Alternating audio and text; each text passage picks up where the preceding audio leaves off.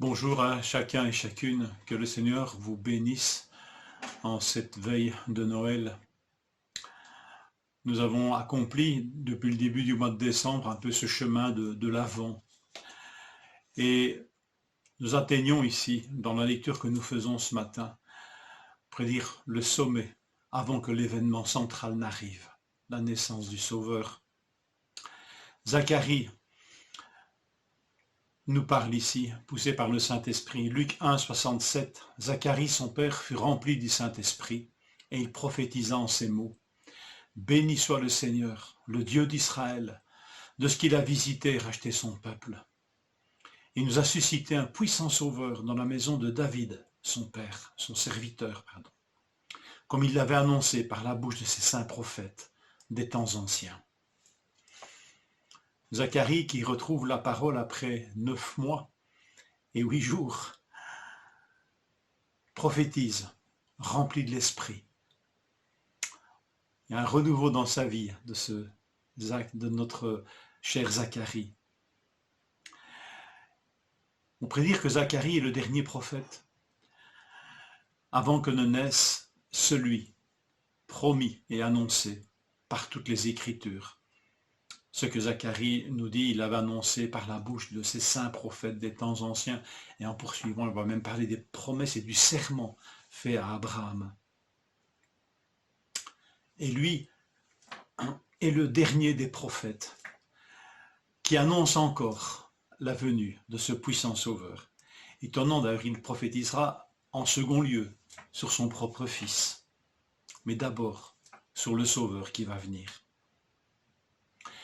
Et ce qui est extraordinaire, c'est que celui qui vient, ce puissant sauveur, en quelque sorte, Zacharie nous annonce déjà sa résurrection. Le verset 69, il nous a suscité un puissant sauveur. Littéralement, il a fait se lever une corne de salut dans la maison de David, son serviteur. Ça nous parle moins, la corne de salut, mais la corne est un symbole de puissance. Une puissance de délivrance et de salut. Et il nous a fait se lever, traduit par susciter dans beaucoup de nos traductions.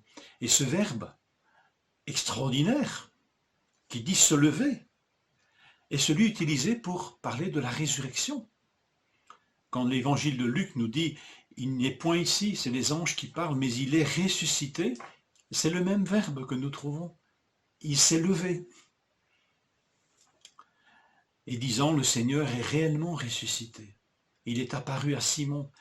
Et dans tout le reste du Nouveau Testament, le verbe utilisé pour ressusciter, en parlant de la résurrection de Jésus, et ce verbe ici, traduit par « il nous a suscité un puissant sauveur ».